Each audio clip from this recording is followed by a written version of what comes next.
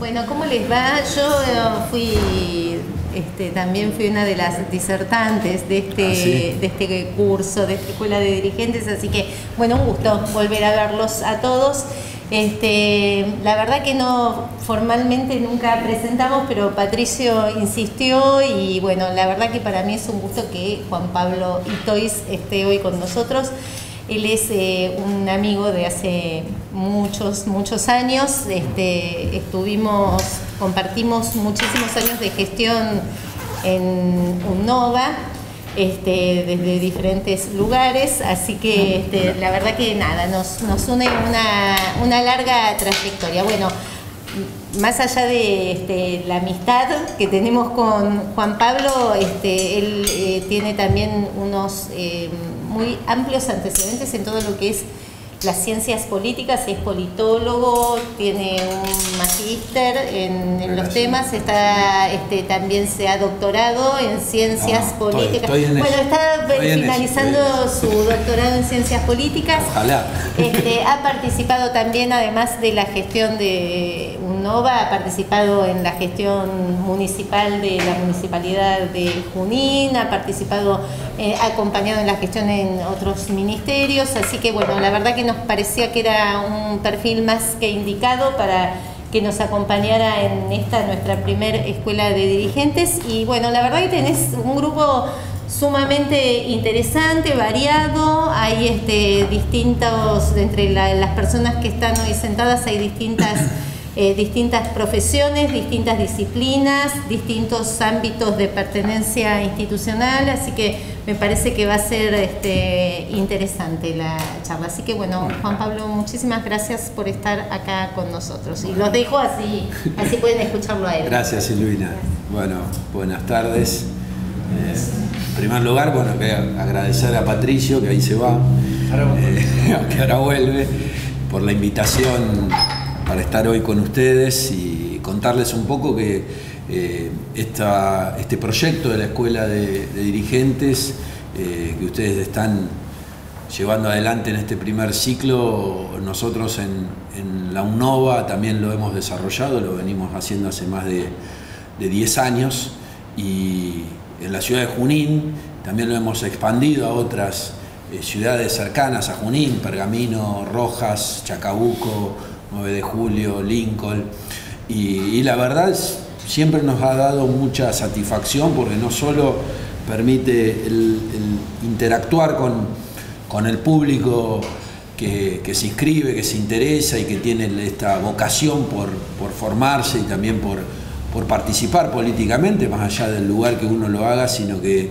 le permite a la universidad tener un contacto directo con aquellas personas que posiblemente estén trabajando o vayan a estar trabajando en las entidades intermedias, en los clubes, en sociedades de fomentos, partidos políticos o gremios que llevan un poco el pulso de la vida de cada ciudad. Y cuando nosotros que vivimos en ciudades pequeñas o medianas, como el caso de San Antonio de Areco o de Junín o de Pergamino, de donde es Silvina, ese contacto, esa frecuencia en el contacto, reitero, más allá de las diferencias ideológicas que puede existir, nos permiten por ahí pensar algún proyecto en común y tener una idea de ciudad o de desarrollo, que creo que es lo más importante que podemos saber. Después los contenidos, las temáticas, las asignaturas, incluso que de acuerdo a la estructura que tengan los cursos son variables y cada uno hace su propia interpretación, pero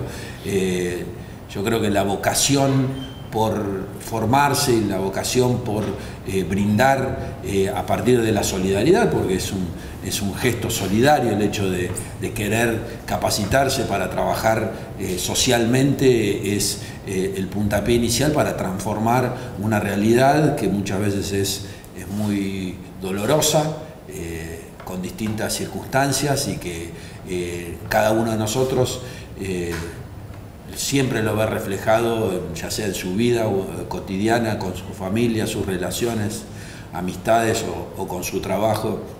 Y me parece que es una forma que propone la universidad, que propone la UNSADA para San Antonio de Areco, que nos va a permitir, a partir del sostenimiento en el tiempo, de generar nuevas camadas de diferentes ciclos que reafirmemos no solo ese compromiso que les mencionaba hace unos instantes, sino también la voluntad por modificar la estructura social, la estructura política y sin duda la estructura económica que viene aparejado de esa modificación, con el compromiso y con la participación.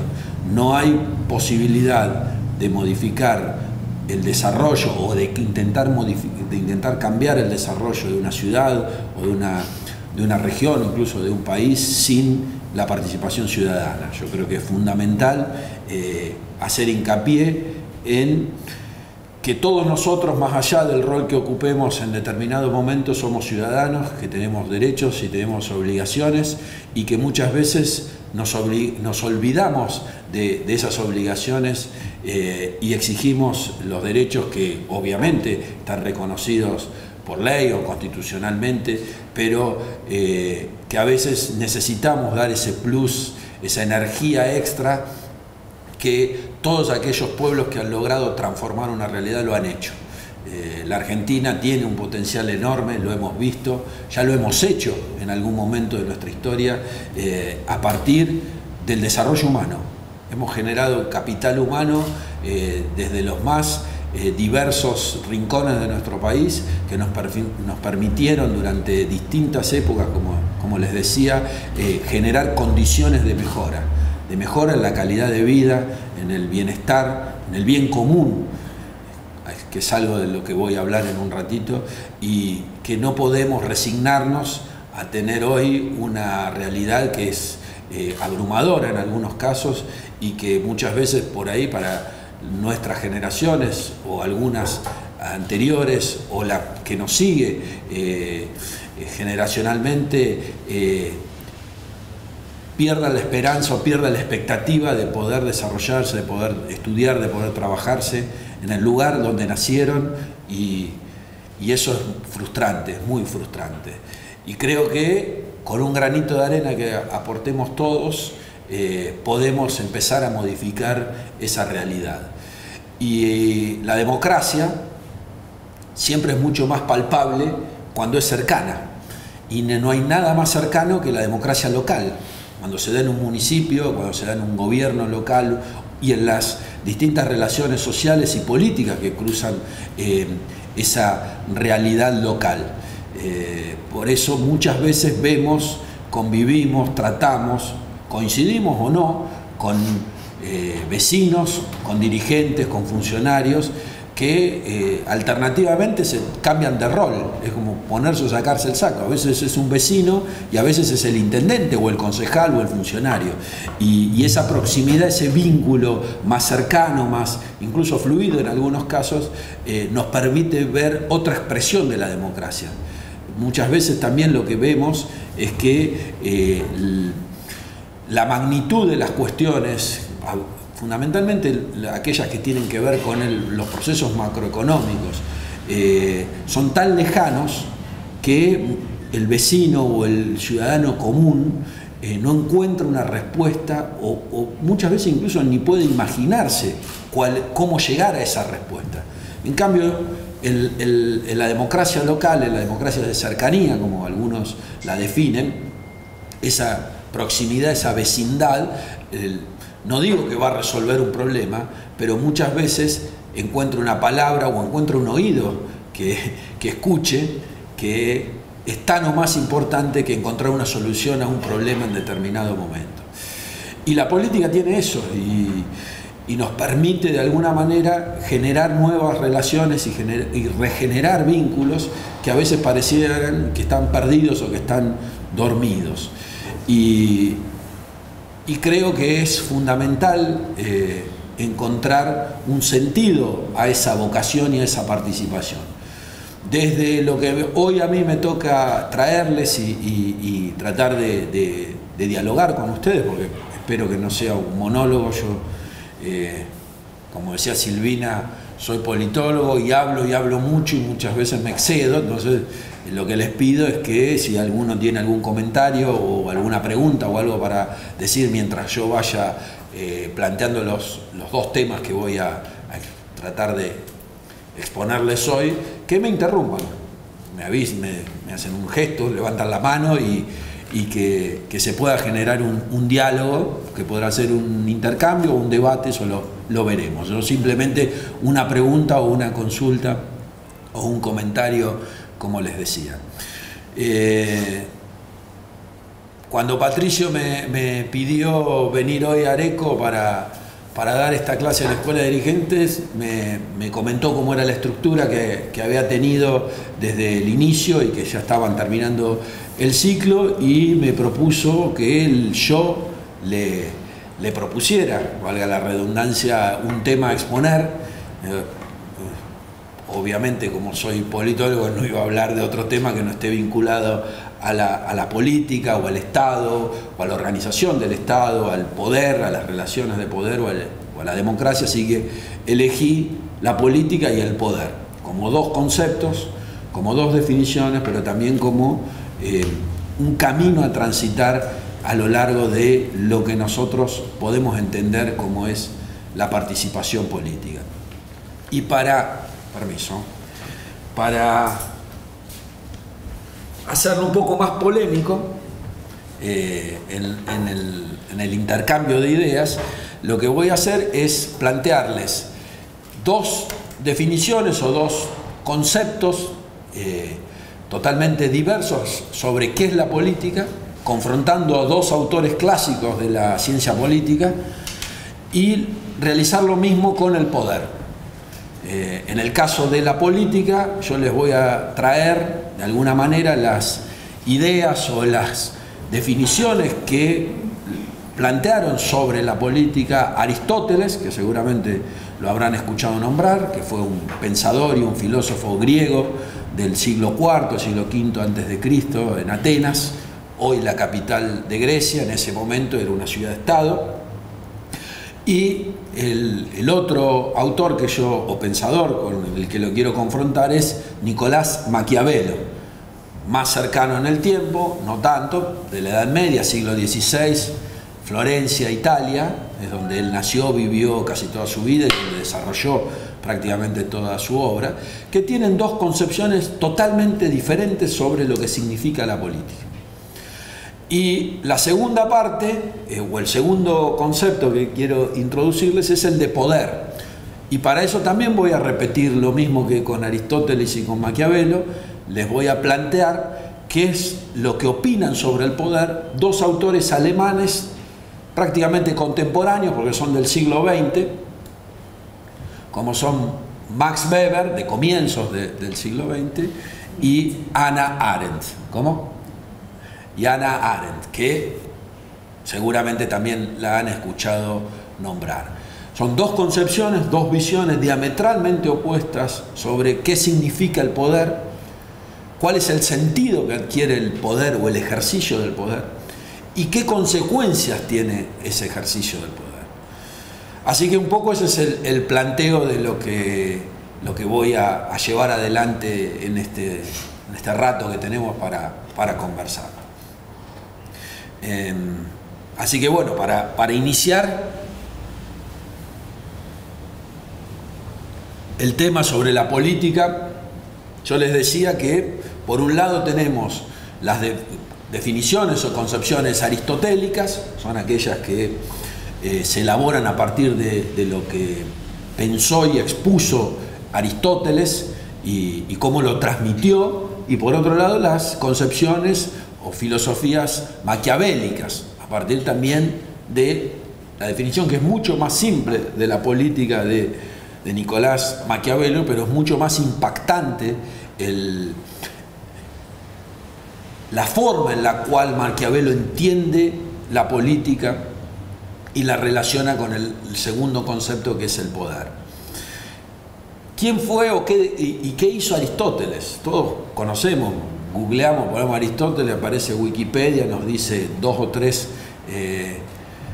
nociones básicas. Sabemos que fue un filósofo, que fue un pensador, que vivió en la Grecia antigua, en el fin de lo que se denominó el ciclo de oro de Pericles, que fue un gran ilustrador y un maestro. De hecho, muchos le atribuyen haber sido maestro de de Alejandro, pero ¿qué nos deja para la política?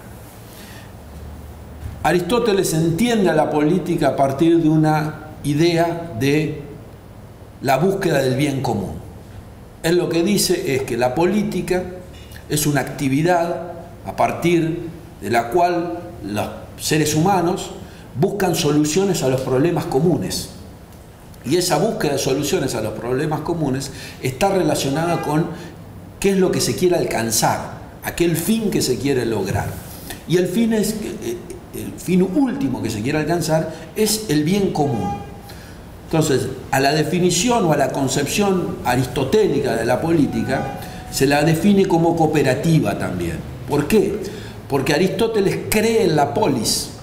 La polis es la ciudad-estado, así se definía Atenas en la Grecia antigua. Y la conformación de la polis está dada por los derechos de los ciudadanos. Son los atenienses, ciudadanos, hombres nacidos en Atenas. Después vamos a ver algún matiz de misógino, un poco misógino en algún sentido, un poco... Tenían esos derechos. Exactamente, discriminador también, pero era la concepción del mundo clásico, en el cual ese ciudadano era un hombre masculino, un varón. Las mujeres no tenían participación de la vida política, pero más allá de esto, de esta definición, por llamarla de alguna manera, que hoy sería en el siglo XXI totalmente contraria a la ola o a la tendencia de igualdad y de horizontalidad que se desarrolla en casi todos los países del mundo, en ese momento el sentido estaba puesto en el ejercicio pleno de dos derechos fundamentales, del cual gozaban los ciudadanos, que eran aquellos hombres nacidos en Atenas. Y que a partir del ejercicio pleno de esos dos derechos fundamentales se construía esa idea del bien común y del esfuerzo compartido, de ese cooperativismo en la búsqueda del bien común. Esos dos derechos que menciona Aristóteles son lo que él definía como la isonomía y la isegoría. ¿Qué quieren decir estas dos palabras? Isonomía quiere decir igualdad, isegoría quiere decir libertad de expresión de las ideas políticas. ¿Por qué? Porque los hombres que construían la polis, que desarrollaban y llevaban adelante la política en lo que se definía como el ágora, que era el espacio de la asamblea, donde se reunían estos ciudadanos atenienses a discutir, a debatir sobre las cuestiones de Estado que hacían al gobierno de Atenas y a tomar decisiones, lo hacían de manera directa. Por eso el primer derecho: todos valemos uno, todos votamos una vez, todos valemos un voto, en definitiva, y la libertad de expresión de las ideas políticas, no entendida como la libertad de expresión de la actualidad, que es más vinculada al derecho de acceso a la información que a la expresión política. Fuero. Sí, no sé si un fuero, pero era la capacidad que tenían todos los hombres de poder decir lo que pensaban, obviamente en un sentido político. Nosotros formamos parte de una asamblea en este momento, cada uno tiene un voto o vale un voto y todos tienen el derecho de poder expresar sus ideas. Esa sería la simplificación de alguna manera de esos dos derechos que construyen la polis y que le sirven a Aristóteles para plantear su definición o su concepción sobre la política. Si nosotros podemos expresarnos y podemos decir lo que pensamos, estamos en condiciones de tomar decisiones, en definitiva. El planteo está puesto en que todos los ciudadanos son libres de poder decir lo que piensan y poder elegir lo que quieren. Y cuando se ejercen esos dos derechos de la libertad y de la igualdad, estamos mucho más cerca de encontrar los resultados que faciliten ese camino que busca lograr el bien común. Aristóteles también dice que esa búsqueda del bien común, como les mencionaba recién, es compartido, porque el espíritu cooperativista, colaborativo, está puesto en distribuir y compartir el esfuerzo. Cuando una sociedad avanza, una sociedad establece cuáles son sus objetivos y hace el esfuerzo para alcanzarlo, si coincidimos y estamos de acuerdo en la búsqueda de ese objetivo, posiblemente al compartir el esfuerzo, al segmentarlo, la fuerza del conjunto es mucho más poderosa que la individual. Seguramente tengamos en esa sociedad o en esta personas con grandes capacidades de liderazgo, de inteligencia, de capacidad de trabajo, esfuerzo, etc. Y posiblemente de manera individual también esas personas alcancen el objetivo. Pero cuando el ciudadano se convence y genera un ámbito y un espacio de confluencia en el cual está convencido de que al compartir el esfuerzo puede lograr ese objetivo, es mucho más poderoso que hacerlo de manera individual. Entonces, la primer gran pauta que nos marca Aristóteles es esta: los hombres tratamos de resolver los problemas comunes en una sociedad, más allá de qué índole tengan o de qué índole sean esos problemas comunes. Cuando lo hacemos a partir de la libertad y de la igualdad, compartiendo el esfuerzo, alcanzar ese objetivo es mucho más fácil o es mucho más sencillo de lograrlo que cuando lo hacemos individualmente. Esa concepción aristotélica contrasta con el pensamiento de Maquiavelo, como yo les mencionaba al comienzo. Vamos a confrontar de alguna manera lo que dice uno y lo que dice el otro. Como Aristóteles nos habla de cooperativismo, de colaboracionismo, de búsqueda del bien común, Maquiavelo nos va a decir que la política es la lucha por el poder.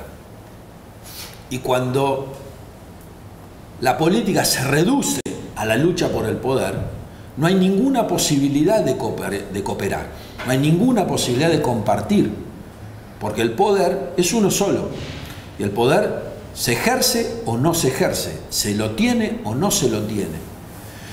Y para poder lograr alcanzar ese poder, yo tengo que estar dispuesto a hacer todo lo necesario. Bueno, es una frase que habitualmente se le atribuyen a Maquiavelo, que el fin justifica los medios, que nunca se pudo comprobar si él dijo o escribió esa frase, pero queda lindo decirlo, y el fin justifica los medios. Y en esa concepción maquiavélica de la política, el conflicto, la lucha, nos pone en un lugar donde el bien común queda en un segundo plano, porque más allá de la ambición que puede tener cada uno, todos somos ambiciosos de alguna manera, y en el buen sentido lo digo, porque queremos crecer, queremos estudiar o tener una empresa, un comercio, un trabajo y progresar y vemos en perspectiva hacia adelante o hacia atrás cuál ha sido el camino recorrido y qué hemos logrado y buscamos más, o queremos mejorar porque queremos desarrollar otra vertiente de nuestra profesión o de nuestro oficio, o queremos generar cimientos para aquellos que vienen después, hijos, nietos, etc. Entonces todos de alguna manera tenemos esa ambición del progreso. De hecho, el progresismo, el progreso, ¿qué significa? Es eso, es ambicionar un futuro mejor. Pero cuando esa ambición la ponemos en términos políticos, lo que nos dice Maquiavelo es que aquí entramos en conflicto. Porque el hombre, en última instancia, va a hacer prevalecer su egoísmo cuando obtenga el poder. Y no lo va a delegar, ni lo va a dejar. De hecho, yo creo que llevamos 36 años de democracia, no recuerdo ningún dirigente político de ningún nivel del Estado, nación, provincia, municipio, que habiéndolo obtenido, que habiéndolo ejercido, haya dicho renuncio y no ejerzo más el poder.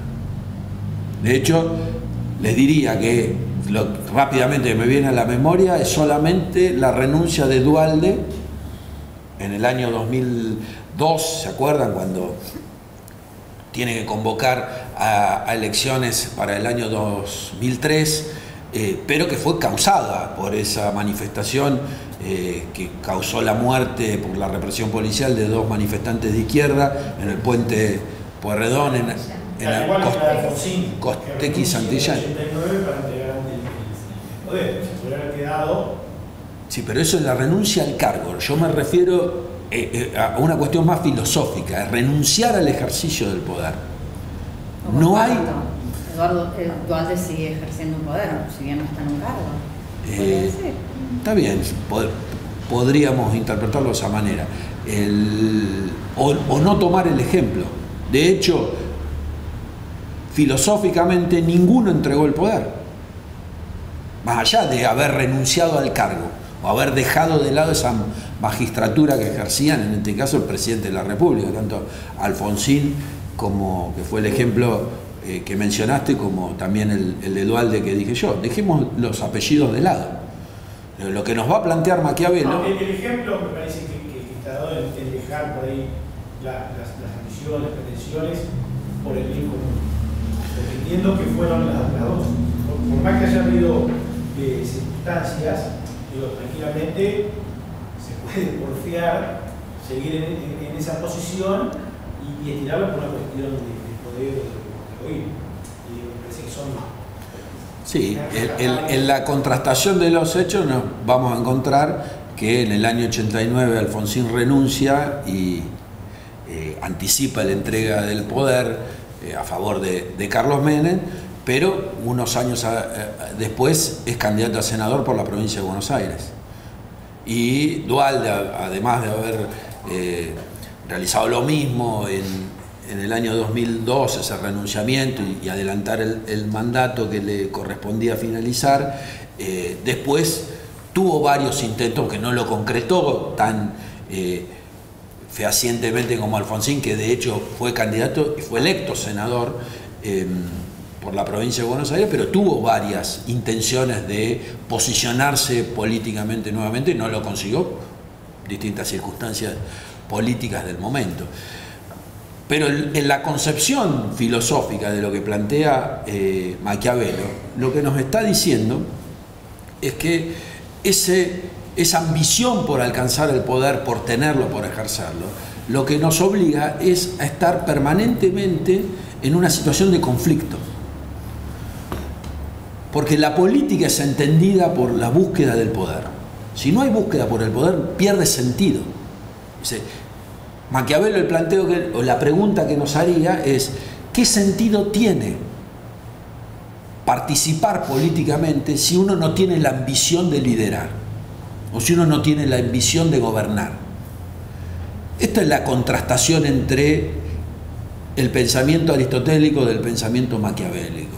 Aristóteles nos va a decir: no importa quién gobierne, no importa quién lidere. Si todos compartimos una misma cosmovisión, si todos tenemos una misma idea del futuro o de la búsqueda de ese futuro, compartamos el esfuerzo. Y después es indistinto quién es la persona o las personas que ejercen el poder. Lo más importante es el objetivo que buscamos alcanzar, ese bien común.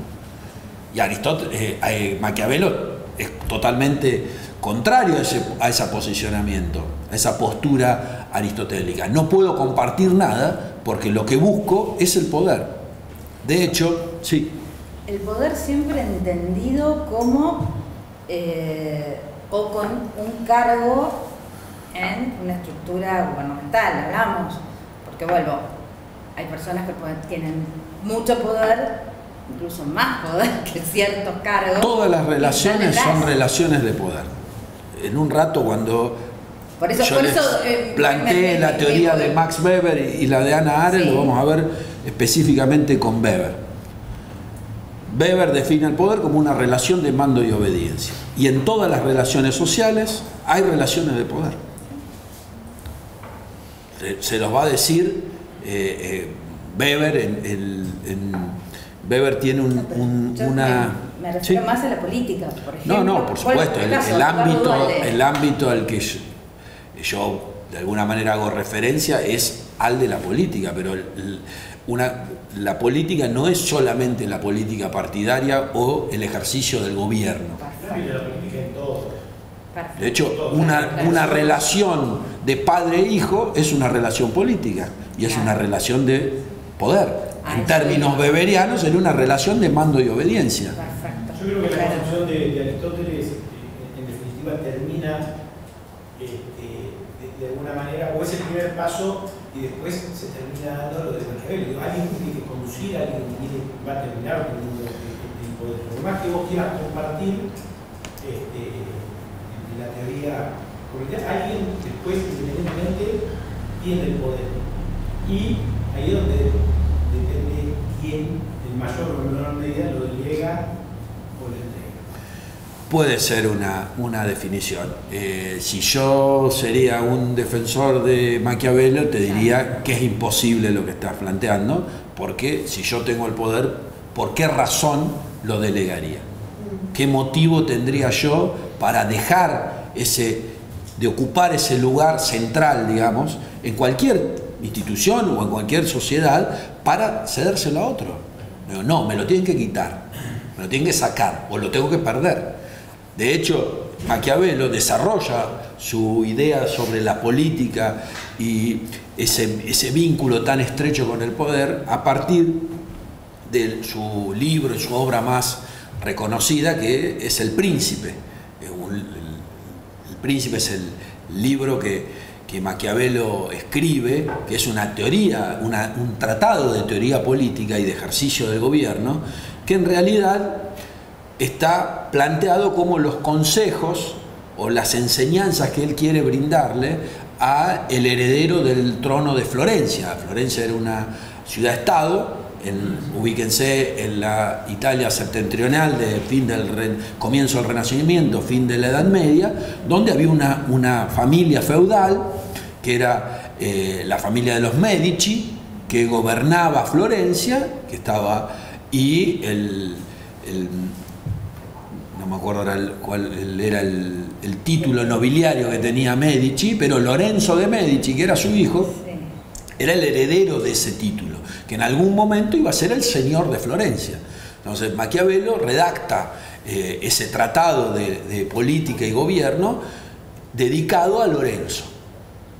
Obviamente es una obra que trasciende, como todos los clásicos, como Aristóteles escribió La Política en su momento, que es el libro de cabecera de lo que fue la escuela griega, a partir de primero con Sócrates, después con Platón y en tercer lugar, de estos tres grandes griegos, con Aristóteles, pero son emblemáticos, son escritos que marcan una época y que han marcado a la humanidad desde esta visión política.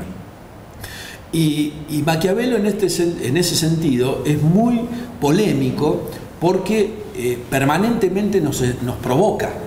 Es muy provocador en ese sentido, cuando habla del poder, del ejercicio del poder, de cómo lograrlo, qué hacer para lograrlo, qué hacer para mantenerlo, qué hacer para ejercerlo. Y en una frase que yo lo voy a parafrasear a Maquiavelo, no es exactamente, en su Príncipe, él relata en uno de sus escritos un diálogo que tiene con Lorenzo, en el cual él lo está aconsejando sobre, o hay alguien que lo aconseja, que podemos decir que es Maquiavelo, sobre cómo tiene que actuar, cómo tiene que desenvolverse para, cuando logre el poder, cuando herede el trono, ejercer el gobierno. Y Maquiavelo lo que les dice es que aquel hombre que decida involucrarse políticamente en la búsqueda y en el ejercicio del poder, lo que tiene que hacer es tomar la decisión y estar dispuesto a transitar el sendero del mal. Y lo dice así: hay que estar dispuestos, a partir de una decisión, a transitar el sendero del mal. ¿Por qué? Porque la política es ascética y es secular, que es el primer gran cambio que introduce Maquiavelo en la teoría política, que es la separación del Estado de la Iglesia. Entonces, ese sendero del mal al que aquella persona que quiere ejercer el poder debe encaminarse, o los obliga, o lo obliga a despojarse de todos los valores vinculados a la religión, a la ética y a la moral, porque el ejercicio del poder no lo concibe. La toma de decisión, estrictamente en el ejercicio del poder, no puede estar impregnada de alguna manera o condicionada por un valor. Eso dejémoslo para la Iglesia, dejémoslo para la ética, dejemos la moral afuera. Y el ejemplo que le da a Lorenzo es la defensa del reino. Y él se lo pone en términos que yo se los trato de simplificar. O sea, cuando tengas que defender Florencia frente a un ejército enemigo, más allá de ir a pedirle la bendición al Papa, que como lo hacían todos, de hecho el Papa era otro señor feudal en ese momento, al final de la Edad Media, la decisión última que vas a tener que tomar es la de matar o morir. ¿Estás dispuesto a morir? ¿Estás dispuesto a matar? Eso es el poder. Para poder tomar esa decisión no podés estar condicionado por ningún tipo de creencia que influya, que condicione esa toma de decisión. Ese es el sendero del mal. Y esto no es del Príncipe, pero algunos comentaristas y estudiosos de Maquiavelo hacen un paralelismo con una metáfora que sucede ahí en las colinas cercanas a Florencia. Florencia es una ciudad que está en lo que hoy, desde hace unos cuantos años, mejor dicho, se llama la región de la Toscana en Italia, que es una ciudad que está al lado de un río y que tiene varias colinas o montañas donde hay distintos pueblitos que la gente se acercaba a Florencia a comerciar porque era la gran metrópolis. Y en esa metáfora que dicen que usa Maquiavelo para explicar este sentido de la ambición política, de la lucha por el poder, de qué está dispuesto a hacer uno, o qué está dispuesto a llevar a cabo para lograrlo, relata que dos hermanos venían caminando por uno de estos senderos de montaña, yendo desde un pueblo hasta Florencia. Y en una de las vueltas del sendero, uno de los dos hermanos pisa una piedra y resbala. Y de un lado está la montaña y del otro lado está el precipicio. Y se cae. Y cuando se cae, el hermano que queda arriba en el sendero alcanza a agarrarlo de la mano y quedan uno colgado del precipicio, sosteniendo la muñeca del hermano, y el otro parado en el sendero, agachado, teniéndolo al hermano de la mano. Y la pregunta que se hace Maquiavelo, ¿cuál es? ¿Quién va a soltar primero? Esa es la provocación. ¿Qué estoy dispuesto a hacer? ¿Estoy dispuesto a hacer el esfuerzo que tenga que hacer para salvar a mi hermano a costa de mi propia vida? Porque en definitiva los dos saben que si no se sueltan van a morir.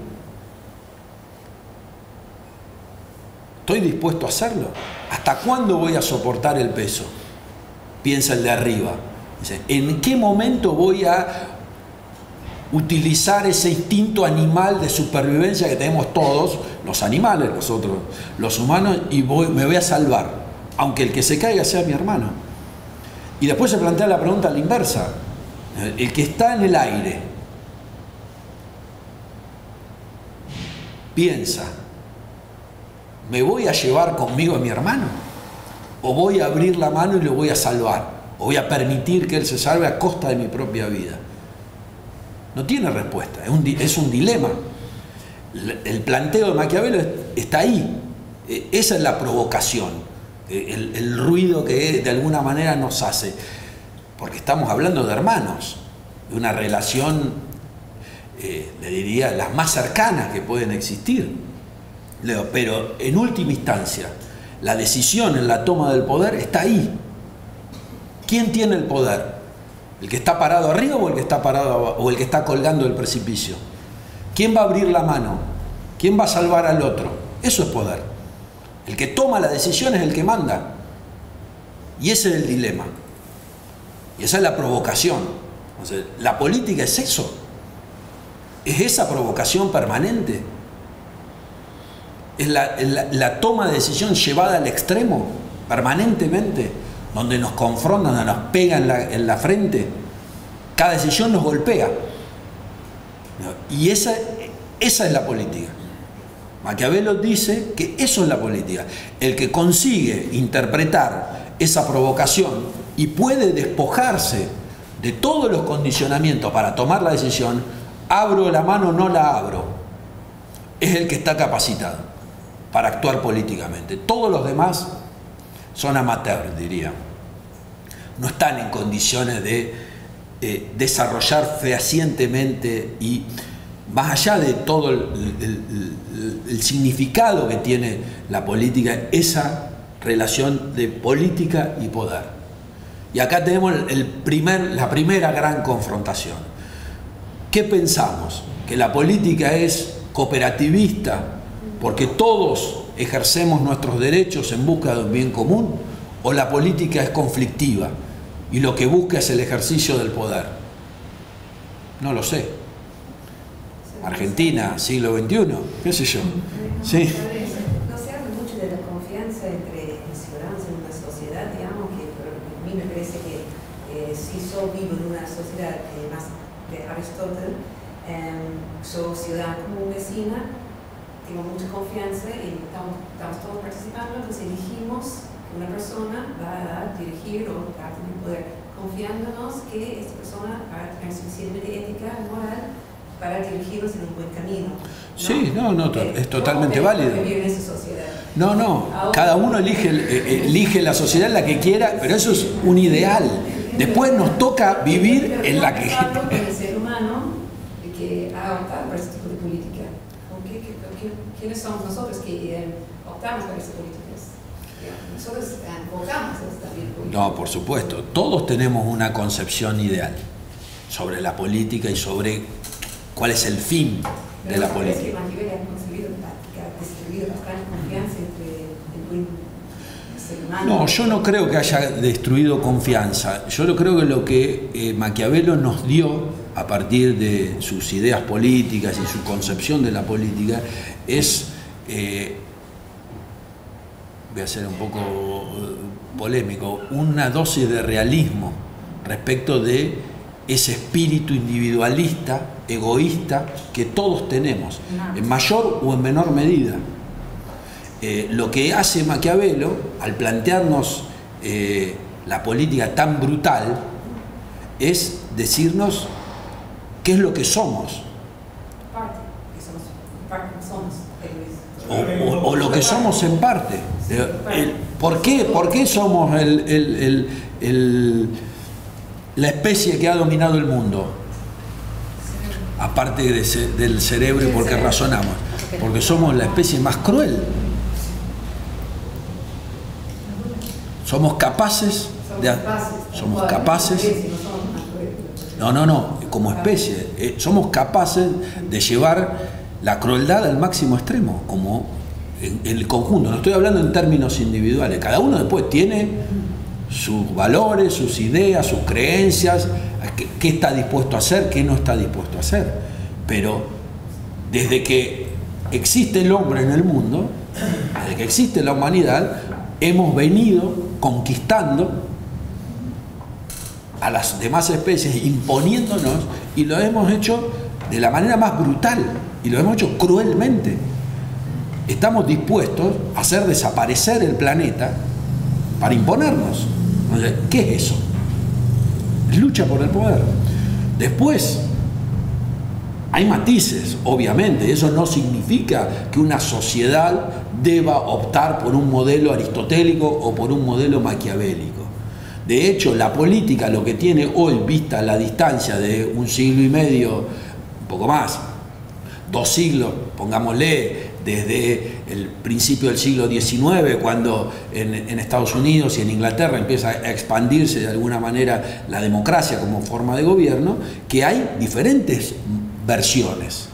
Pero en todas esas versiones y en todos los países nos encontramos con estos dos componentes que permanentemente juegan ese doble pivot, ese rol donde nos pone en la situación de tener que, no digo tomar una decisión, pero tener que valorizar de alguna manera qué significa la política. ¿La política qué es, en definitiva? Es una herramienta que construimos nosotros, que desarrollamos nosotros como personas, como ciudadanos. Nosotros no podemos ir al mercado de la esquina y comprar 2 kilos de política. Nadie nos va a vender 2 kilos de política. Es una construcción humana, que es el producto o el resultado de una relación social. Donde hay una relación social, donde hay un vínculo, hay política. Y donde hay una relación social, hay un vínculo y hay política, hay poder. Para Maquiavelo, la política la hace ni siquiera Aristóteles en el colectivo. Puede ser una interpretación. Y en algún punto, por más que uno lleve un estilo de política de Aristóteles, muchas veces te encontrás que tenés que utilizar el pensamiento de Maquiavelo, la definición de Maquiavelo. Lo que hacen los grandes clásicos de la historia es ponernos las evidencias arriba de la mesa. Cada uno después toma, interpreta, procesa a partir de su subjetividad. Todos somos personas diferentes, que tenemos orígenes diferentes, podemos coincidir o no en algunas ideas, pero vamos a hacer una interpretación individual de los hechos o de la teoría. Aristóteles nos dice que para él la política es esto, y lo pone acá. Dice, cuando hay una sociedad que ejerce sus derechos, donde se reconocen como pares, y a partir de ese reconocimiento buscamos un bienestar, un bien común, ¿no? Eso es política. Maquiavelo nos dice algo totalmente contrario, nos dice, la sociedad es individualista. De hecho, convive por una necesidad. Entonces, ¿la política qué es? La búsqueda o la lucha por el poder. Todos los hombres que se involucran en política buscan el ejercicio del poder, en mayor o en menor medida. Nadie que quiera participar en política desde una sociedad de fomento, a ser el intendente de Areco o el gobernador de la provincia de Buenos Aires, puede decir que no tiene ambición política y no tiene ambición por el poder. El que dice lo contrario está mintiendo.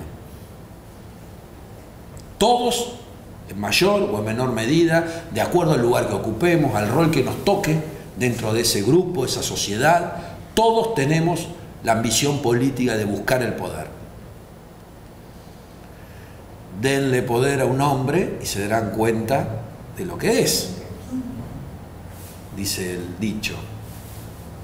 Pero bueno, en fin, lo que yo quería tratar de demostrarles a ustedes es que hay dos concepciones, hay más definiciones sobre la política, y obviamente por cada pensador o filósofo clásico nos vamos a encontrar con una.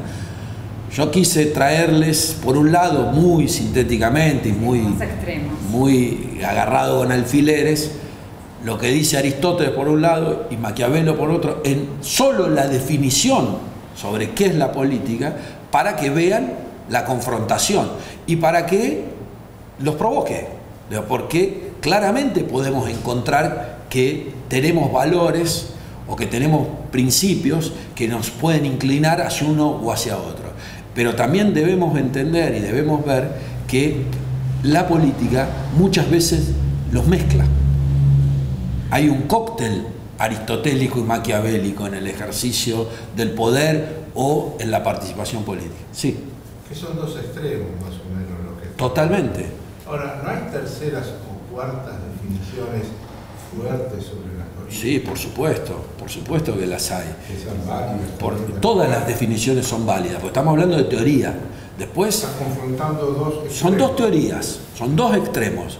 Uno es la postura aristotélica o de Aristóteles y la otra es la postura o la visión de Maquiavelo. En el medio, desde ya, que hay muchísimas interpretaciones, visiones, teorías sobre qué significa la política. Lo que yo les quise presentar es estos dos extremos que en definitiva, cuando la política es ejercida o llevada a la práctica por nosotros, se mezclan. Se mezclan. ¿Cómo? 80-20. No sé qué porcentaje. Nosotros en los 90 tuvimos un presidente argentino que decía que su libro de cabecera era El Príncipe. ¿Se acuerdan de Menem? Él decía que todas las noches antes de dormir se leía un capítulo del Príncipe para ¿cómo? No sé si para despertarse, para que le tirara alguna idea a Maquiavelo, pero... Para mirarse. Sí. Sí, dale. Más de 1000 años de diferencia. Y eso es algo que... Claro, por eso Aristóteles... Muchísimo más de 1000. No lo conocía Maquiavelo. Lo principal es entender la política en el contexto social de cada uno de los autores. Por supuesto. Desde ahí parte la base y las ópticas de cómo ejercer la política. En un caso hay un principado y en otro caso hay una polis, en el cual se ejerce de forma distinta la política y las comunidades son distintas. Por supuesto que sí. Como marcan la política. Por supuesto que sí. De hecho, también hay una idea respecto de la democracia ateniense de Aristóteles que tampoco es tan estrictamente real, porque el que desarrolla la primera tipología sobre la primera clasificación sobre las formas de gobierno es Aristóteles, que él dice que hay formas puras y formas impuras y que se dividen de acuerdo a la cantidad de personas que ejerce el poder. Dentro de las formas puras tenemos la monarquía, que es el ejercicio del poder de una persona, la aristocracia, que es el ejercicio de un grupo de personas, y la república, no la democracia, la república, que es el ejercicio de la gran mayoría, nunca de la totalidad. Y las formas impuras está la tiranía, que se corresponde con la monarquía, la oligarquía, que se corresponde con la aristocracia, y él en su primera definición, él dice que la democracia es equiparable a la demagogia y es una forma impura. ¿Por qué? Porque el gobierno de todos, que es lo que significa la democracia, o el gobierno del pueblo, nunca es en sí mismo el gobierno de la totalidad. Entonces, lo que está sujeto el ser humano es a lo que él llamaba la tiranía de las mayorías. Es el miedo que tiene el gobernante de tomar una decisión que vaya en contra de las mayorías, aunque tenga que pasar por sobre los derechos de las minorías. Entonces, eso después se invierte. De hecho, si ustedes toman, lo buscan, como les decía, ponen Google y encuentran todo. ¿Cuánto tiempo fue ejercida la democracia como forma de gobierno? Se van a encontrar que fue en el siglo V, el siglo IV, solamente en Atenas, porque las demás ciudades-estado griegas no eran democráticas, entre comillas, como Atenas, ni Tebas, ni Esparta, ni Macedonia en el norte, con Filipo y Alejandro. Y la democracia ateniense no era la democracia liberal que nosotros vivimos hoy.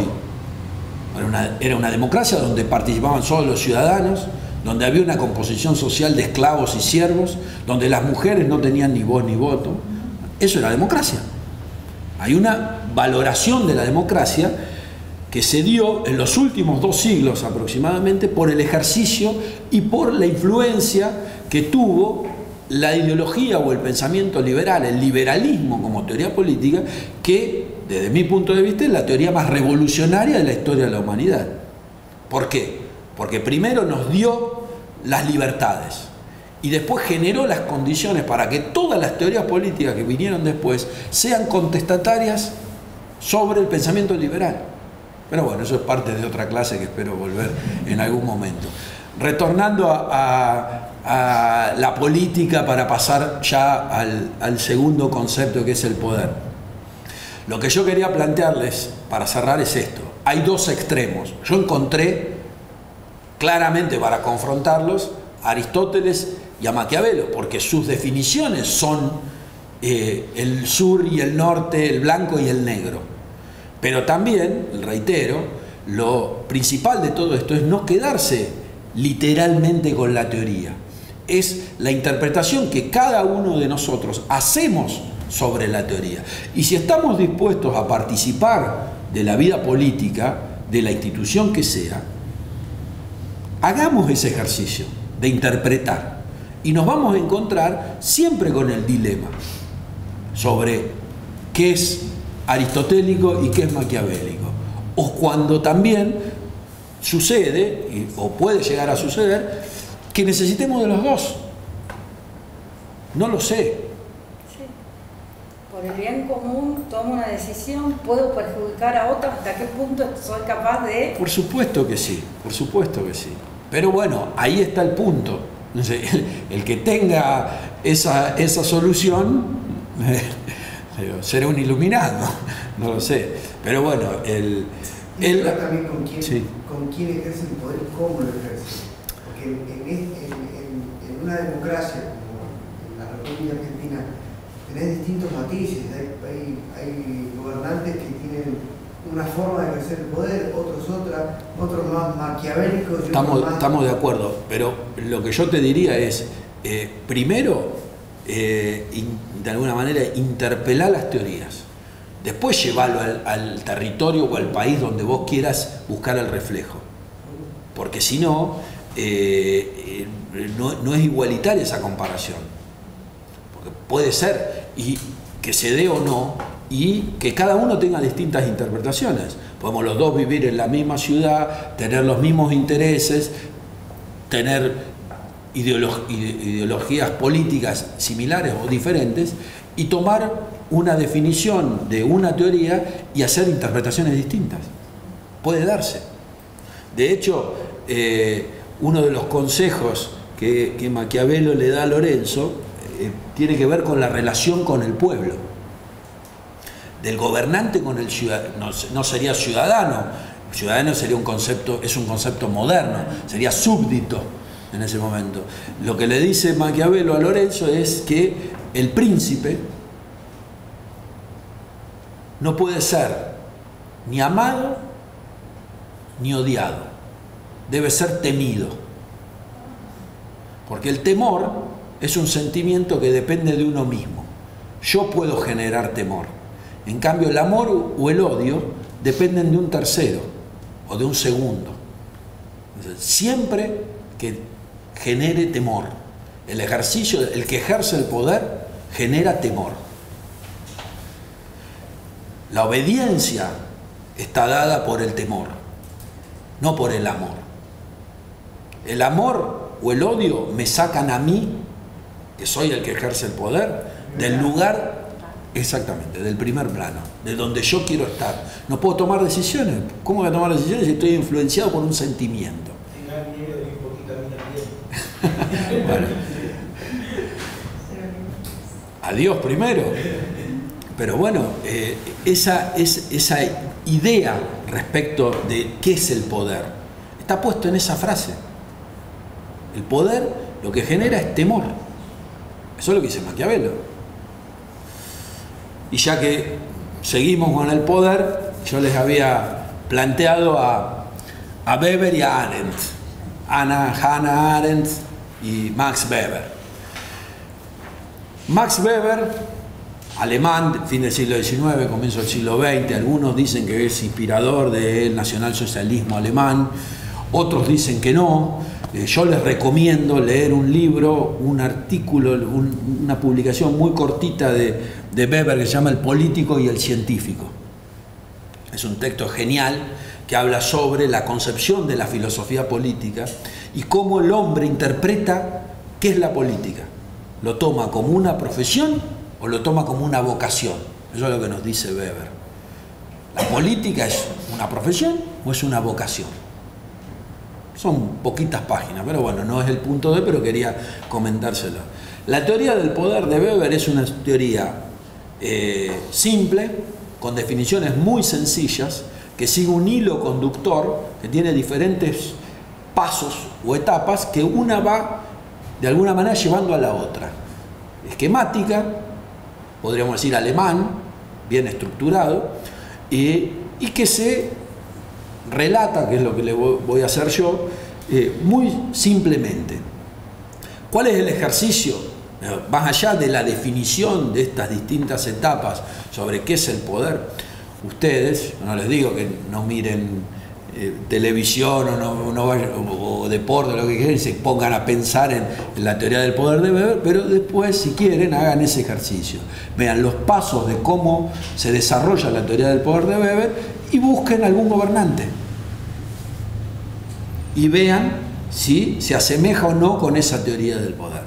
Les puedo decir, no asegurar, pero estaría casi a punto de hacerlo, que esos 4 o 5 pasos que tiene la teoría del poder de Weber, por lo menos en 2 o en 3 se identifican con algún gobernante, sin duda. Después piénsenlo. ¿Qué es el poder? Weber dice que el poder es una relación de mando y obediencia. Ya está, es eso.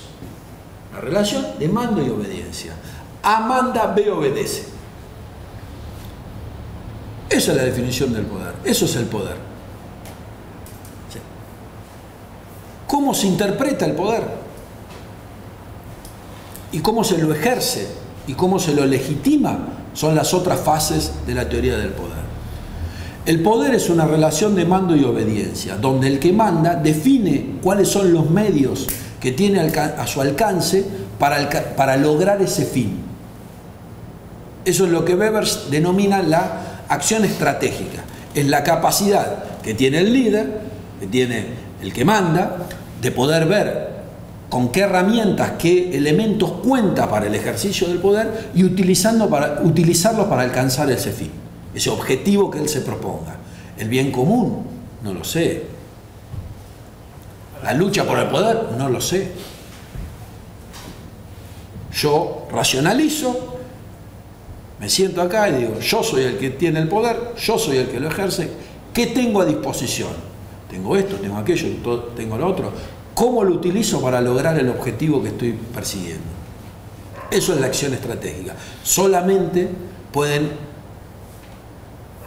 actuar estratégicamente aquellos que gobiernan, que tienen el poder, porque son los que tienen a disposición esos fines, esos medios para lograr esos fines. ¿Cómo se interpreta el poder? El poder se interpreta solamente de 2 formas, a partir del mandato o a partir de la obediencia. La teoría del poder de Weber nos dice que hay 3 enfoques que permiten esa interpretación. El primer enfoque es el que se denomina unidimensional, tiene una sola dimensión. Hay una relación de mando y obediencia, A manda, B obedece, y no hay ninguna posibilidad de salir de ese esquema de relación. Yo siempre mando porque soy A, el Señor siempre obedece porque es B. No hay ninguna posibilidad, ninguna alternativa de que la relación se invierta. Siempre es así. No piensen exclusivamente en la política partidaria o en la política gubernamental. Piensen en las relaciones humanas. Está lloviendo. La madre está en la cocina de la casa con sus hijos. Y los hijos le dicen, queremos salir a jugar al patio. No se puede porque está lloviendo. ¿Y el chico qué hace? Llora, patalea, grita, deja la puerta está abierta. No hay nada que le impida. Grita, no sale. ¿Por qué no sale? Porque lo digo yo. Por temor. Una relación de mando y obediencia nunca se rompe. B, que es el chico, siempre obedece a A, que es la madre o el padre. Por eso la relación siempre tiene una sola dimensión. Meto el dedo en el enchufe. ¿Cuándo? La primera vez, la que me pegaron en la mano, la segunda me pegaron en la mano, después, ¿qué hago? Amago. No se mete el dedo en el enchufe. Relación de una sola dimensión. Nunca se puede invertir. Siempre A manda, siempre B obedece. El segundo enfoque es el bidimensional. ¿Por qué se llama bidimensional? Porque en este enfoque, sobre el ejercicio del poder, B piensa diferente, discute, plantea, se enoja, protesta, pero no puede cambiar la relación. O sea, hay 2 dimensiones. Yo, que soy el que mando, digo, de acá no se va nadie hasta las 9 de la noche. Y B, los que obedecen, tienen la libertad de abrir la puerta y salir. No pueden hacerlo. ¿Por qué? Lo discuten, lo protestan. Pero no pueden cambiarlo. Tengo ganas, el hijo adolescente, quiero salir a bailar. No se puede. ¿Por qué decir que esto blanco, negro? No se puede. Nunca va a cambiar esa relación. Pero es bidimensional, hay 2 dimensiones porque hay conflicto.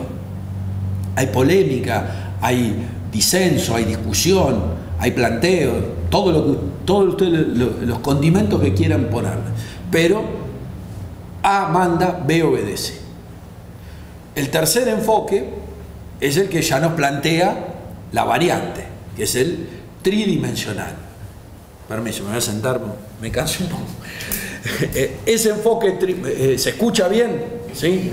Ese enfoque tridimensional lo que nos va a decir es, por un lado va a replicar los otros dos, porque nos va a decir que hay una relación de mando y obediencia, que hay conflicto, porque hay intereses distintos, hay formas de ver, de pensar, de entender la vida, las cosas diferentes, y acá se introduce la tercera dimensión, que es que en algún momento de la relación puede llegar a invertirse.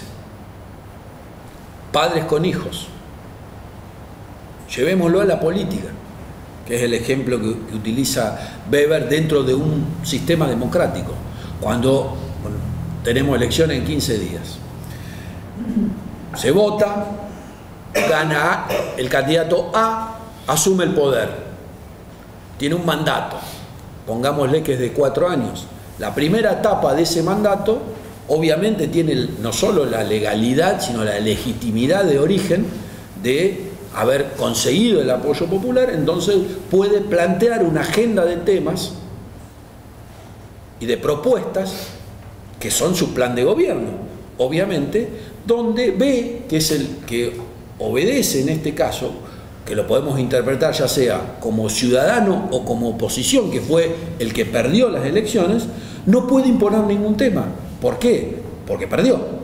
O el ciudadano votó, eligió a alguien, entonces le da ese, digamos, crédito inicial para que el elegido pueda gobernar, pueda ejercer el poder. A lo largo de esa relación, obviamente se produce un desgaste. Ese desgaste es natural, propio del ejercicio del poder, propio del no cumplimiento o propio de las circunstancias que llevan a que B empiece a actuar de otra forma, porque le resta apoyo en el caso de haberlo elegido, o porque cree, si es oposición en vez de ciudadano, que puede llegar a fortalecerse por alguna debilidad que tiene A. Y en algún momento de esa relación, supongamos al final del tercer año, empieza a equilibrarse la agenda, porque B discute, polemiza, piensa que al que eligió 3 años antes no cumplió con la expectativa que había tenido, o si es oposición, porque ve que hay una rendija, que hay un hueco, hay una grieta por la cual puede filtrarse y puede tratar de instalar sus temas en la agenda y poner en discusión. Entonces produce ese desequilibrio inicial, se balancea hasta que votamos y ahí elegimos. Entonces puede darse el cambio. Entonces la tercera dimensión es la posibilidad del cambio. ¿Hay una relación de mando y de obediencia? Sí, por supuesto, siempre. El que gobierna es A, el que manda, el que obedece es el gobernado B. ¿Hay conflicto? Sí, por supuesto, porque se piensa diferente. La pluralidad del arco ideológico de un sistema político nos permite que haya opciones distintas. Dirigentes, partidos políticos, ideologías, lo que quieran. Y la tercera dimensión es la posibilidad del cambio, que puede llegar a darse o no. Y eso dentro del sistema político. También el poder se ejerce a partir de las relaciones sociales. Lo mismo que les dije respecto de la política, que no podíamos ir a comprar 2 kilos de política, tampoco podemos ir a comprar 2 kilos de poder. Es una entelequia, es algo que está latente. ¿Qué es cuál es la fuerza que hace que una persona que es igual a cada uno de nosotros ejerza el poder político? En una democracia, constitución, legitimidad, legalidad. No, pero después, ¿qué es lo que lo tiene de distinto? 2 ojos, 2 manos, 2 piernas. ¿Qué es lo que hace diferente? ¿Qué es lo que lo hace diferente? es cómo cada uno de nosotros lo ve, cómo nosotros nos sentimos respecto de ese ejercicio del poder. La tercera dimensión es la posibilidad de discutirlo. Pero yo voy a discutir, voy a confrontar, voy a polemizar, y puedo conseguirlo o no, no lo sé. Pero se abre esa rendija que me permite encontrar una alternativa o plantear una alternativa. Después serán los ciudadanos, a través del ejercicio democrático del sufragio, los que tomen la decisión si vale la pena o no ese cambio. Pero hay una tercera dimensión, es la posibilidad del cambio, reitero. Tercera etapa o tercera fase de la teoría de Weber es cómo se ejerce el poder. Weber nos va a decir que el poder se ejerce de dos maneras: o se ejerce por autoridad o se ejerce por dominación. Reitero, igual que en cada una de las etapas o fases, no piensen solo en las relaciones políticas vinculadas a los gobiernos o a los estados, piensen en todas las relaciones sociales. ¿Cuándo se ejerce el poder por autoridad? Cuando el poder está legitimado, cuando el que manda y el que obedece comparten ciertos principios, ciertas ideas, ciertos valores que permiten esa legitimación. Entonces, yo, que soy el que obedezco, en este caso, legitimo al que manda para que lo ejerza. ¿Por qué? ¿Cómo están definidos los roles? Cuando están definidos los roles, y más que cuando, incluso más que cuando están definidos los roles, cuando hay una idea y un valor compartido. Nosotros creemos que la democracia es la mejor forma de gobierno. Supongamos que sí. Entonces, el que ejerza el poder, uno puede coincidir o no ideológicamente, pero no va a discutir esa autoridad, porque esa autoridad está implícita en el ejercicio democrático que lo legitima y que lo legaliza. Se le ha cedido. Es la institución, ¿cómo? Se le ha cedido Es un mandato. Es un mandato. Cuando nosotros hablamos de representación política, lo que estamos haciendo en un sistema democrático moderno es entregar un mandato de representación. Yo cuando voy y voto, le cedo parte de mis derechos a alguien para que los ejerza en mi nombre. Es lo mismo que si me tengo que ir de viaje al exterior y le dejo un poder a mi hermano para que me venda el auto. Le estoy dando un derecho. Pero ese poder tiene una fecha de revocatoria. Esa fecha revocatoria es cuando vamos y votamos nuevamente. En la autoridad es cuando el poder está institucionalizado. Todos entendemos que el ejercicio del poder está basado en la institución política, no en la persona que ejerce el poder. Habitualmente, en democracias débiles o poco consolidadas como la nuestra, se produce esa confusión. Entonces, no identificamos qué es gobierno y qué es Estado. Y a veces nos sucede que confundimos que la persona que ejerce el poder, que es el gobernante de turno al que el ciudadano le entregó un mandato, pareciera que no, que es el dueño del Estado. Lo que nosotros, ojalá, con el correr del tiempo, yo creo que sí, con la educación, la cultura política, el ejercicio democrático, vamos a tener mayor precisión y vamos a poder identificar más fácilmente estas circunstancias. Hoy a veces se confunden. Pero volviendo al punto, la autoridad es la institucionalización del poder. Hay ideas, valores, principios que son compartidos por todos los que forman parte de esa sociedad, y el ejercicio del poder es un mandato de una persona a partir de la institución política, no de lo que significa el que lo ejerce. En cambio, el ejercicio del poder por dominación está basado en, como dice Weber, la amenaza del uso legítimo de la fuerza o la violencia. Yo obedezco solamente porque tengo miedo a la sanción.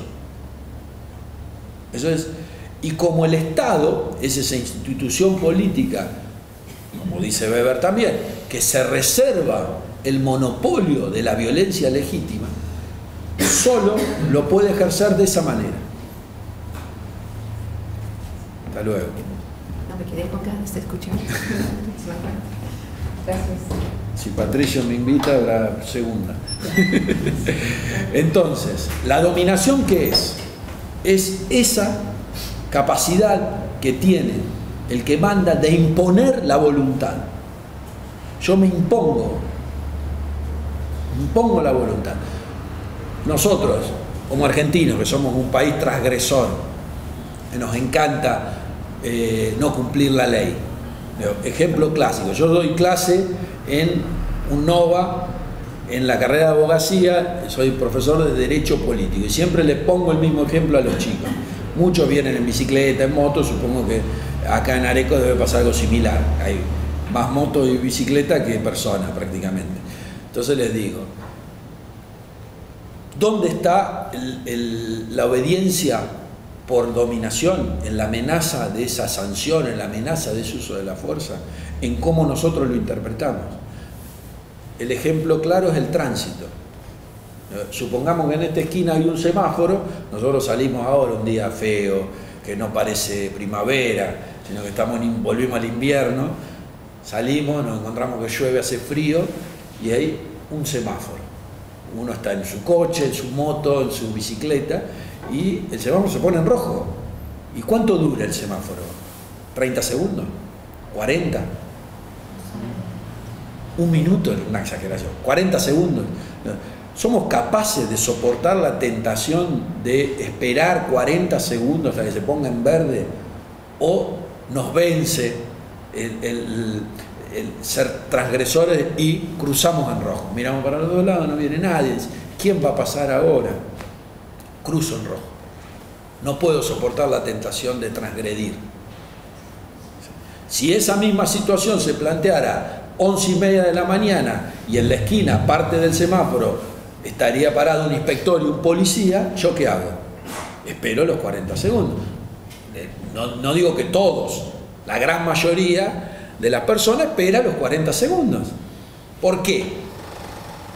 Porque de un día para el otro se cumplió en un ciudadano ejemplar que cumple la ley. No transgrede, porque lo que tiene miedo es que lo sancionen, que le hagan la multa y después tener que ir al juzgado de falta, pagar la multa, con todo lo que eso acarrea. Somos transgresores. Entonces, el Estado lo que hace es, a través de ese monopolio de la violencia legítima, la fuerza de seguridad, la policía, el ejército, la gendarmería, un inspector, ejemplifica, personifica de alguna manera el poder del Estado. Y nosotros nos sentimos dominados, nos sentimos condicionados, no porque no lo vayamos a hacer, sino porque lo que no queremos es ser sancionados. Y eso es el ejercicio de poder por dominación. La última etapa, o la última fase de la teoría del poder de Weber, es la que se denomina la legitimidad. Weber desarrolla dentro de su teoría del poder una teoría sobre los tipos de legitimidad o los tipos de dominación. Hay distintos autores, si lo leen directamente de Weber, van a encontrarse que, obviamente que era alemán, escribía en alemán, de acuerdo a las traducciones, algunos traductores lo ponen como tipos de legitimidad, otros lo denominan como tipos de dominación. En definitiva, quiere decir lo mismo. A mí me gusta decir legitimidad. Cada uno elija el que quiera. La legitimidad es la última etapa, como les decía, de la teoría del poder de Weber. ¿Qué es legítimo? ¿Por qué el poder es legítimo? Y Weber lo que nos va a decir es porque las personas lo creen así. En un Estado, en una sociedad, en un grupo familiar, el que ejerce el poder está legitimado porque los que componen ese grupo o componen esa sociedad o están dentro de ese Estado creen que ese ejercicio es legítimo. Y los tres tipos en los cuales se basa Weber son la legitimidad tradicional, la legitimidad carismática y la legitimidad legal racional. Son las tres maneras de legitimar el ejercicio del poder. ¿Qué es la legitimidad tradicional? Es aquella legitimidad en el ejercicio del poder que se basa en valores y en creencias. Entonces, el que cree, el que comparte un valor con el que manda, legitima su ejercicio del poder. Para los que son católicos, por ejemplo, nadie duda que el Papa Francisco es el jefe de la Iglesia Católica y el representante de Dios en la tierra, pongámosle así. Es una frase hecha, pero que sirve para el ejemplo. Todos creen que Francisco, antes Bergoglio, hincha de San Lorenzo de Almagro, de la República Argentina, hoy transformado Papa, más allá del sarcasmo y la ironía argentina, ¿es el representante de Dios en la tierra? No, seguramente que no. Los católicos, sí, por supuesto. ¿Por qué? Porque tienen fe, porque creen. Porque la religión se basa en la fe. Y la fe se tiene o no se tiene. Lo mismo pasa para los musulmanes o para cualquier otra religión. Los judíos. El valor de la legitimidad está puesto en una creencia, en un valor que es superior a las personas. Entonces, la cruz de los católicos es el reflejo o la identificación de ese poder legitimado. Y se tiene o no se tiene, se ejerce o no se ejerce a partir de la fe. El segundo tipo de legitimidad es el que Weber denomina como la legitimidad carismática. Obviamente, carismática viene de carisma, es una cualidad, una característica única, innata, que es propia de una persona o de varias personas en distintos momentos, que es intransmisible y que esa cualidad lo que hace es que aquellos que obedecen legitimen el poder porque consideran que la persona que tiene carisma no solo que es líder, como dice acá la señora, sino que también tiene algo que no es posible de explicar, que es incomprensible, pero que lleva a la legitimidad y a la obediencia en el ejercicio del poder. Y tenemos cientos de líderes carismáticos a lo largo de la historia de la humanidad. Obviamente también podemos diferenciar en el carisma aquello que se llama legitimidad carismática positiva de la legitimidad carismática negativa. Hitler, por ejemplo, fue un líder carismático negativo, con esa connotación. Gandhi fue un líder carismático positivo, por lo menos es lo que pienso yo. Y no solo en la política, lo encontramos en el deporte, en el arte, en distintas variantes que nos propone la vida que nosotros compartimos. Incluso también en grupos de amigos. Encontramos gente que tiene más carisma, entonces lleva la iniciativa, no sé, para organizar un asado, aunque sea. No es lo mismo que convoque uno que convoque el otro. ¿Cómo?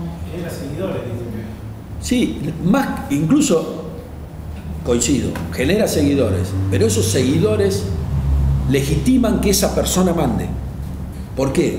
Porque ese acompañamiento tiene una fuerza que es indiscutible y se agota con la persona.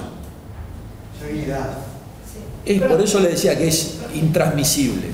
Yo no puedo, si soy carismático, si tengo una cualidad carismática, cedérsela a alguien. ¿La tenés o no la tenés? A mí me gusta usar siempre el ejemplo de Gandhi, más que nada por lo que fue su liderazgo en la revolución de la independencia de la India, que fue, podría decirle, la única revolución pacífica que hubo en la historia de la humanidad. Es muy grande decirlo, pero bueno, en los últimos siglos por lo menos. Otro podría ser Mandela. También podría ser Mandela. Pero yo uso el ejemplo de Gandhi porque Gandhi obviamente que tenía su liderazgo, su carisma, sus cualidades que hacía que millones de personas lo siguieran, y que él le hablaba a esos seguidores y les decía que tenían que enfrentar al invasor, que era el inglés, que era la metrópoli de la India, y que ellos tenían que exponerse a una costa de perder la vida. Y si ustedes conocen la historia de Gandhi o han visto películas o leído algún libro, alguna biografía, se encontrarán que iban esas manifestaciones pacíficas, se paraban frente a los soldados ingleses, los soldados le tiraban, los mataban, y Gandhi los volvía a convocar y volvían a ir. Y se hacían matar. Obviamente que no tiene una explicación racional. ¿Cómo podemos explicarnos racionalmente que una persona se pare frente a un fusil porque otro le dice y arriesgue su vida? Y eso hacían. ¿Qué es? Convicción. Es el poder ese que irradia a la persona a partir del carisma, que es inexplicable. Y esa es la segunda legitimidad del ejercicio del poder. Y la tercera, la última, es la que se denomina la legal racional. Legal racional. ¿Por qué? Lo establece la ley. Nuestra Constitución, la República Argentina, determina cómo se elige, cómo se ejerce el poder y cómo se establecen las relaciones de poder dentro del Estado. ¿Por qué es racional? Porque se supone que cada vez que nosotros elegimos a nuestros representantes, que son los legisladores, ellos racionalmente debaten, discuten y sancionan las leyes. Por eso, en otra definición que no viene a hoy, pero que también es de Weber, habla del Estado legal, racional, burocrático.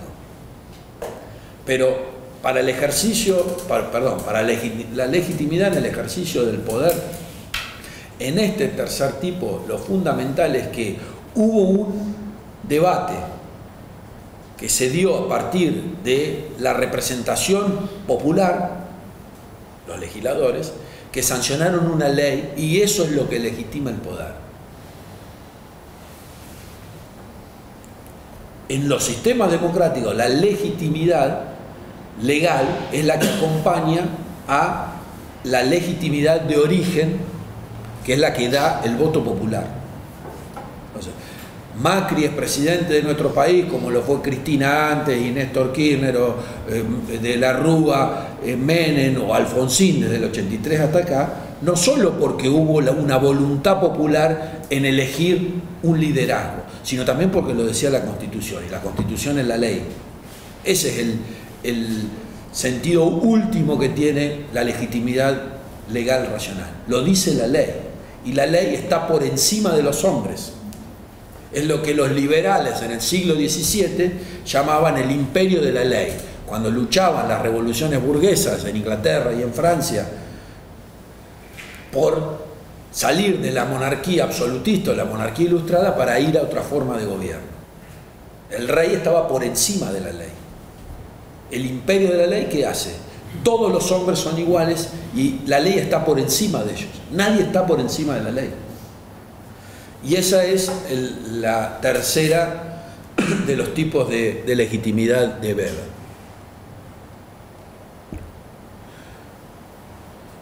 Hannah Arendt. Hannah Arendt, prácticamente contemporánea a nosotros mismos, incluso. De hecho, vivió en la Alemania nazi. Ella tiene otra concepción del poder y está asociada en la interpretación de la concepción y su filosofía del poder a lo que podríamos denominar los clásicos del pensamiento. Nos retrotrae de alguna manera al pensamiento griego, fundamentalmente el pensamiento aristotélico. ¿Y por qué lo contrapongo? Porque la clasificación, definición y clasificación de la teoría del poder de Weber es una teoría esquemática que a ustedes ahora, cuando yo les comente brevemente también qué es lo que piensa Arendt del poder, seguramente van a asociar a Hannah Arendt con Aristóteles y a Weber con Maquiavelo. ¿Por qué? Hannah Arendt dice que el poder no es una relación de mando y obediencia, ¿tá? En las antípodas de Weber. ¿Por qué? Porque dice que el poder se genera a partir de una relación soberana.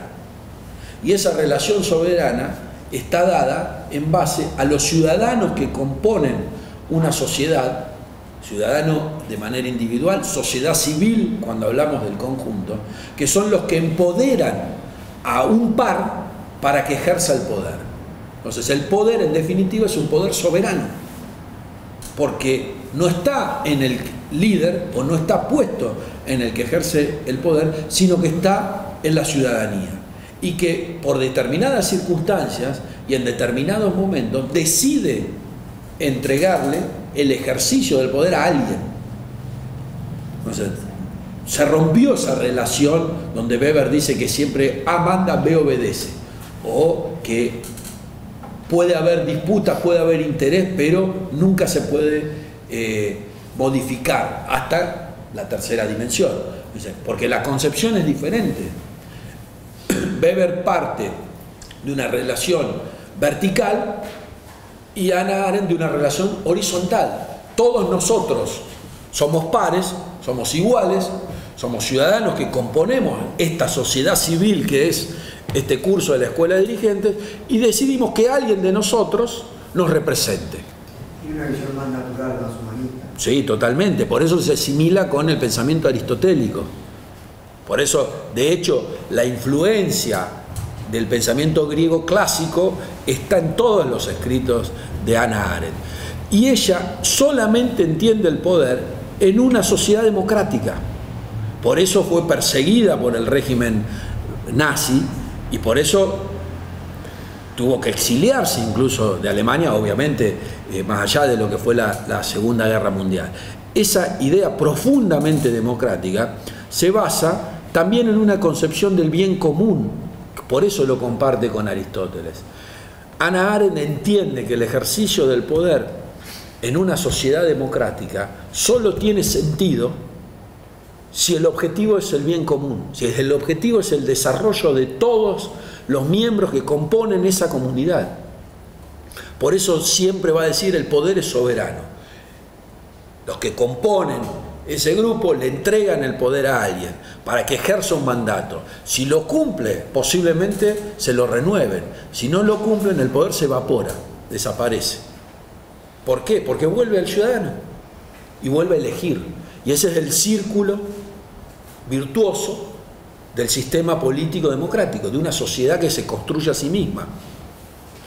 Y para que pueda funcionar esa sociedad virtuosa que se construye a sí misma y que no está atada a medios y a fines, como decía Weber, lo fundamental es que esa sociedad esté organizada a partir de reglas, de leyes, lo que Hannah Arendt denomina las reglas del juego democrático.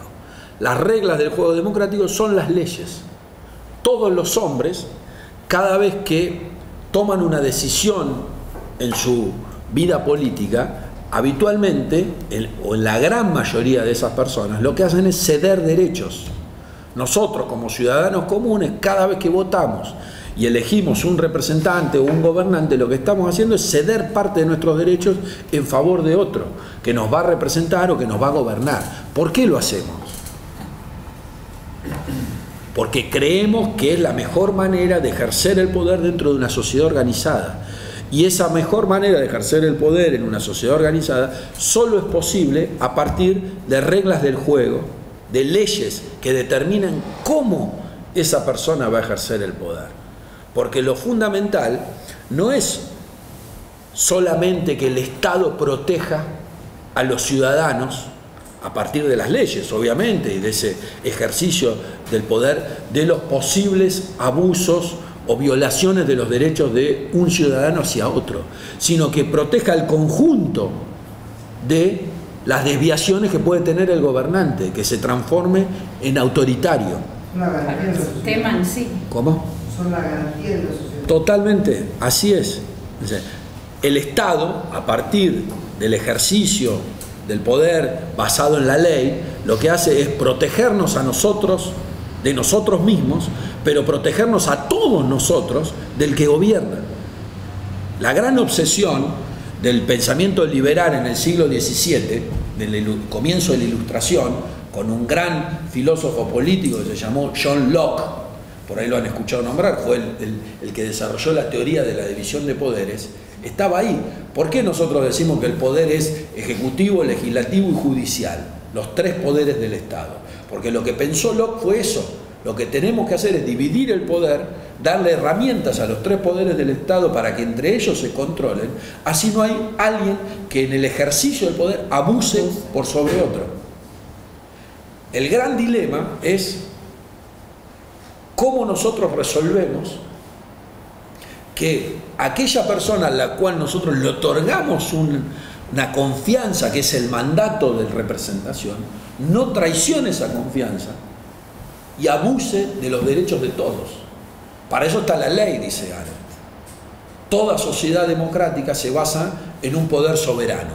Los ciudadanos son los dueños del poder, que lo entregan a sus gobernantes a partir de un contrato. Jean-Jacques Rousseau, el contrato social. Ese contrato social dice cuáles son los derechos, cuáles son las obligaciones, qué libertades tengo y qué garantías gozo, para que pueda existir una sociedad civil. Y las leyes que regulan el funcionamiento de ese sistema democrático, de esa sociedad civil, pueden ser de dos formas, dice Arendt. Son las leyes imperativas, que son aquellas que establecen cómo se manifiesta una conducta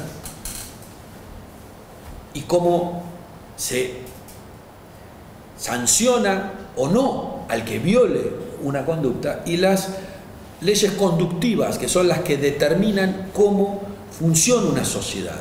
Si ustedes toman nuestra Constitución, saben que está dividida en partes. Hay una parte más dogmática, hay una parte que establece cuáles son los derechos de los ciudadanos que viven en nuestro territorio, y hay una parte que es estrictamente dedicada a la organización y el ejercicio del poder. El preámbulo de nuestra Constitución lo establece, los pactos preexistentes, dice. Entonces, las leyes, esas leyes imperativas o directivas y las leyes conductivas, lo que hacen es permitirle a una sociedad determinar qué conductas están permitidas y están aceptadas para que funcione esa sociedad civil, y cuáles son los mecanismos que tiene el gobernante para, a través del ejercicio del poder y del cumplimiento de la ley, poder preservar ese valor superior que es mantener el vínculo, mantener la relación de esa sociedad, que no se rompa, porque si no, volvemos al inicio de la filosofía política liberal, que es lo que señalaba Thomas Hobbes, otro gran filósofo de la teoría política inglés, era Hobbes, que cuando hablaba que el hombre era el lobo del hombre. Hobbes lo que nos decía es que cuando no existe el imperio de la ley, cuando cada uno se vale por sí mismo, vivimos en un estado de naturaleza de violencia permanente. Lo que debemos hacer para construir una sociedad moderna, una sociedad civilizada, una sociedad igualitaria, en base a las oportunidades, es ceder derechos para crear una instancia política superior que nos garantice los derechos naturales, que son la libertad, la vida, la propiedad privada, la integridad, etc. Y salir de ese estado de naturaleza nos obliga a respetar la ley. Arendt es liberal. Arendt toma la concepción aristotélica, como les decía hace unos minutos, para desarrollar su teoría del ejercicio del poder, pero es profundamente liberal en el sentido de la preservación de la integridad de ese contrato social que nos permite componer o conformar la sociedad.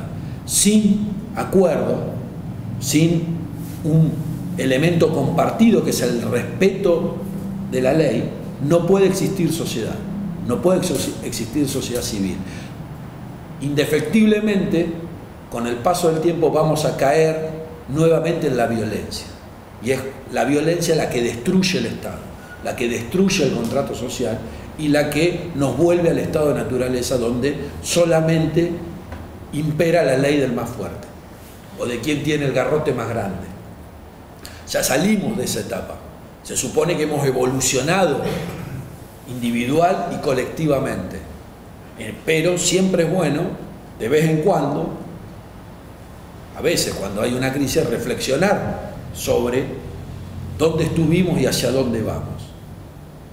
La gran propuesta de Arendt es esta, es entender que son los hombres comunes, que son los ciudadanos organizados, activos políticamente, que deciden involucrarse a partir de la participación, los que otorgan esa legitimidad, ese mandato de representación y los que en definitiva son los dueños, entre comillas, del poder en una sociedad. Debemos entenderlo de esa manera. Sí. Parece muy idealista lo que estás diciendo. Por supuesto, sí.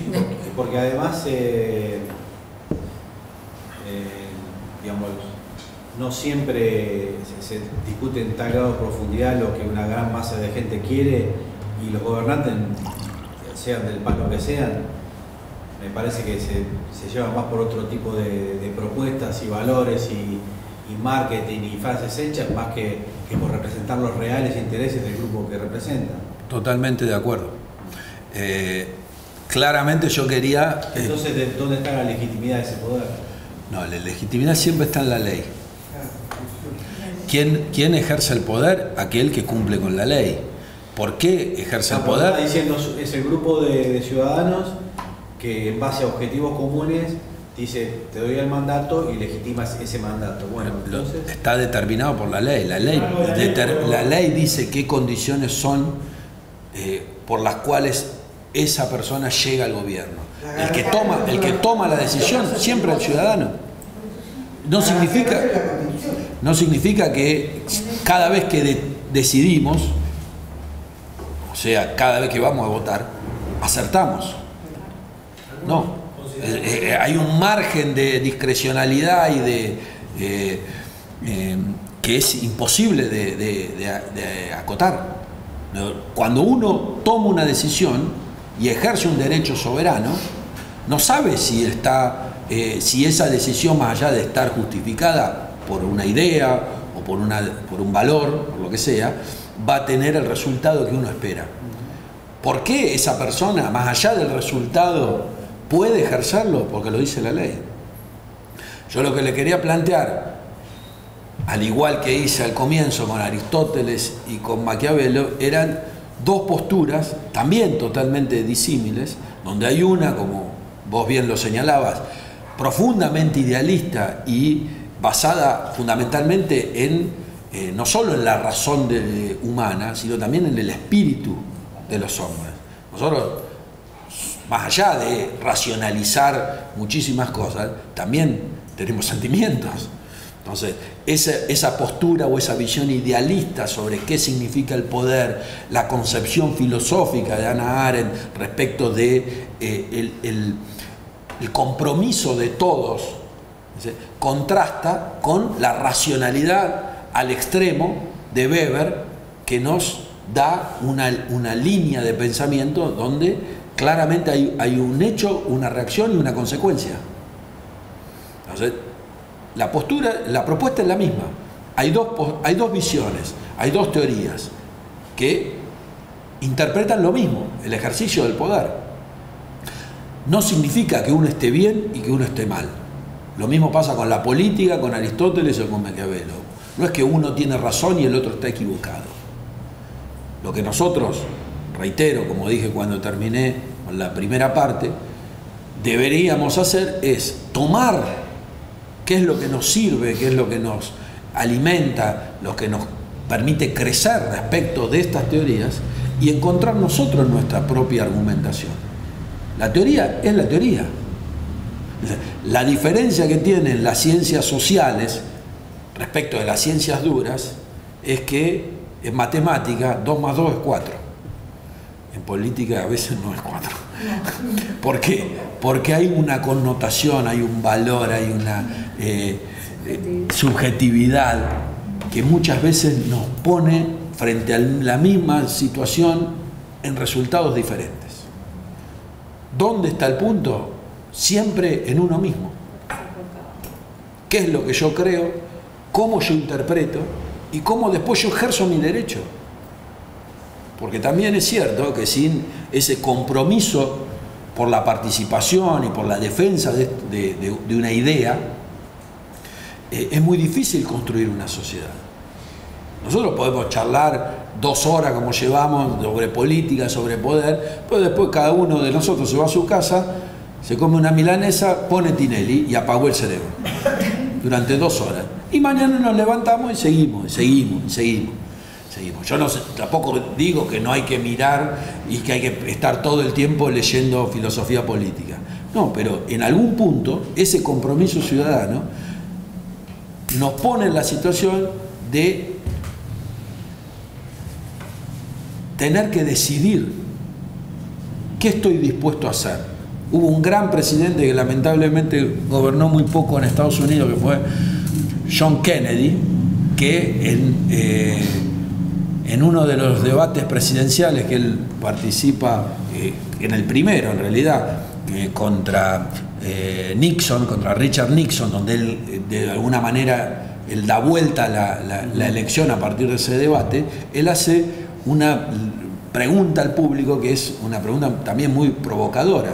Entonces él les dice, frente a una situación de crisis, frente a una situación de incertidumbre, cuando los Estados Unidos están en riesgo, cuando nuestro modo de vida, el modo de vida americano está en riesgo, la pregunta ¿cuál es? Estados Unidos ha hecho mucho por nosotros. ¿Qué estamos dispuestos a hacer nosotros por Estados Unidos? La política es una actividad humana, es una actividad de los hombres, como decía al comienzo.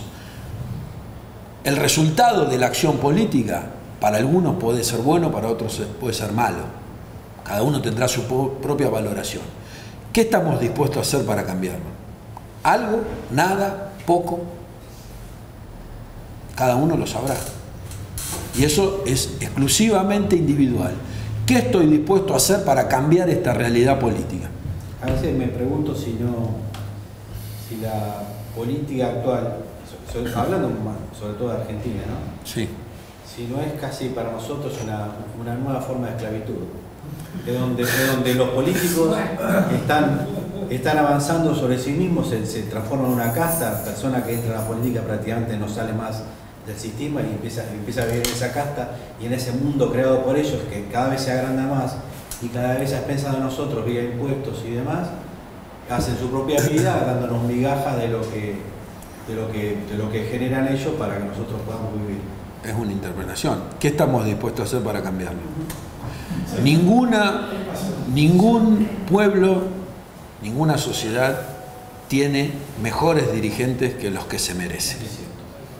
Entonces, si no estamos dispuestos a hacer el esfuerzo, tendremos los dirigentes que nos merecemos. La pregunta para terminar es esa. ¿Qué estamos dispuestos a hacer?